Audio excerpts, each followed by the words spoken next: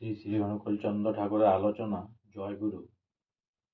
প্রশ্ন: মনু সংহিতায় আছে নিষেকাদি শ্মশান ক্রিয়া পর্যন্ত সমস্ত যাদের মন্ত্রপুত তারাই আর্য দ্বিজাতি, তার মানে?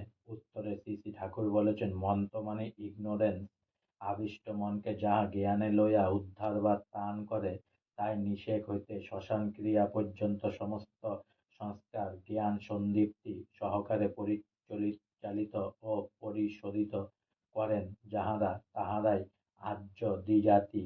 আমার মনে হয় ভগবান মনু ইহাই বলিয়াছেন। আজকে আমার শ্রী শ্রী অনুকূলচন্দ্র ঠাকুরের আলোচনা এখানেই সমাপ্ত হলো।